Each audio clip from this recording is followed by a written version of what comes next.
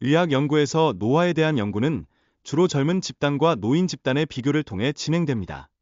하지만 이러한 접근은 각 개인 간의 차이를 간과하게 되며 이는 중요한 정보를 놓치게끔 만들 수 있습니다. 이렇게 개인차에 대한 무시는 노화 연구의 깊이를 줄일 수 있음을 알고 있어야 합니다.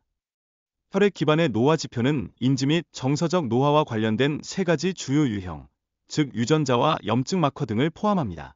이러한 지표들은 단순한 노화의 숫자를 넘어 노화의 생물학적 기초를 이해하는 데 필수적인 역할을 하며 나이가 들어감에 따라 인간에게 어떤 변화가 오는지를 밝혀줍니다. 그렇다면 앞으로 해결해야 할 문제는 무엇일까요? 노화의 질을 향상시키기 위해 우리가 어떤 질문들을 던져야 할지에 대해서도 논의할 계획입니다.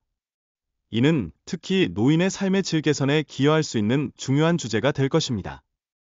흥미로운 점은 노인 그룹에서의 반응 시간이 다양하다는 것입니다. 노화가 진행될수록 이러한 개인 간의 차이는 증가하는 경향이 있습니다. 나이가 많음에도 불구하고 여전히 빠른 반응 속도를 자랑하는 사람들도 있다는 사실은 우리에게 많은 생각할 거리를 줍니다. 해마의 크기는 나이에 따라 평균적으로 감소하는 것처럼 보이지만 80대와 90대의 어떤 개인들은 여전히 20대와 30대의 사람들과 유사한 해마 크기를 유지할 수 있습니다. 이처럼 뇌의 노화는 전혀 단순하지 않으며 우리가 알고 있는 것 이상의 복잡성을 지니고 있습니다. 연구에 따르면 개인의 인지 변화 경로는 매우 다양합니다. 같은 나이대라도 인지 능력이 크게 떨어지는 경우가 있는가 하면 반대로 유지되는 경우도 있어 노화의 과정에서 각 개인의 차이가 극명하게 드러난다는 점을 확인할 수 있습니다. 여기서 또 하나의 흥미로운 주제는 사람들의 공감 능력 차이에 관한 연구 결과입니다. 어떤 이들은 남을 돕는 것에 큰 관심을 보이지만 반면에 다른 이들은 그렇지 않은 경향이 있습니다. 이러한 차이를 이해하는 것이 매우 중요하다고 할 수 있습니다. 노화에 따른 생물학적 요인들을 연구하는 것은 이 변동성을 이해하는 한 방법으로 혈액 샘플을 통해 유전자형, 텔로미어 길이, 염증 사이토카인 수준 등을 측정함으로써 노화와 관련된 차이를 분석할 수 있습니다. 유전자형 또한 개인의 인지 기능과 정서적 기능의 차이를 만드는 중요한 요소로 작용할 수 있습니다. 특히 아포지 단백질 이 유전자는 알츠하이머병의 위험 요소로 알려져 있으며 이는 노화와 인지 성능의 변동성을 설명하는 데 필수적인 역할을 합니다. 또한 도파민 관련 유전자인 CT 유전자는 인지 성능에 중요한 영향을 미칩니다.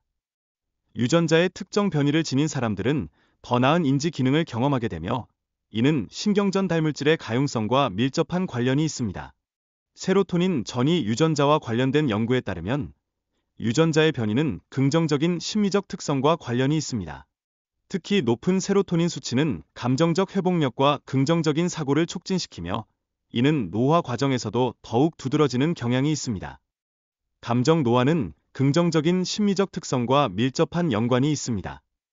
나이가 들수록 높은 자아 존중감을 가진 노인들은 젊은 세대보다 성공적으로 노화했다고 스스로 평가하는 경향이 있음을 알 수 있습니다. 텔로미어는 염색체의 끝을 보호하는 역할을 하는 코팅으로 세포 분열 시 매번 일부가 소실됩니다. 이로 인해 텔로미어 길이가 짧아지면 세포의 복제 및 분열이 중단될 수 있으며 이는 노화의 중요한 지표로 여겨집니다. 흥미롭게도 연구에 따르면 텔로미어 길이가 긴 사람들은 인지 기능의 감소가 적은 경향이 있습니다. 이는 세포 노화의 생물학적 마커가 인지 기능과 밀접하게 연관되어 있음을 시사합니다. 스트레스에 대한 반응 또한 텔로미어 길이에 영향을 미치는 중요한 요소로 작용합니다.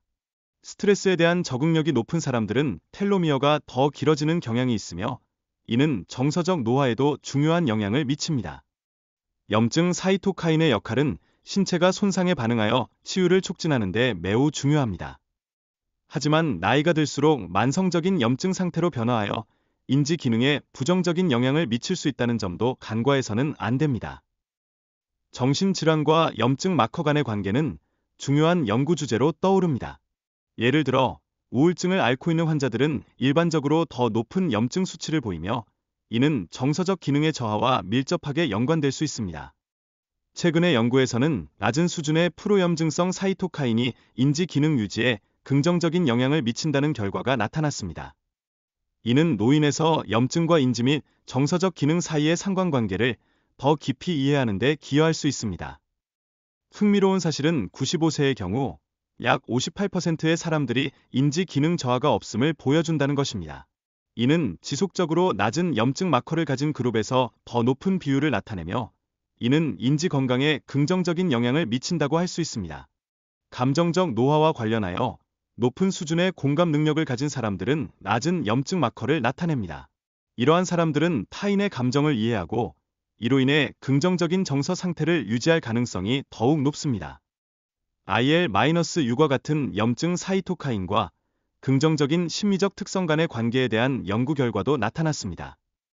낮은 IL-6 수치는 더 많은 긍정적인 감정과 낙관적인 미래에 대한 기대와 연결되어 있습니다. 그러나 염증 사이토카인의 혈중 수치가 뇌에 미치는 영향에 대한 연구가 필요합니다. 혈액 내 장벽을 통과하는 사이토카인이 인지적 변화에 미치는 영향은 여전히 명확하지 않습니다.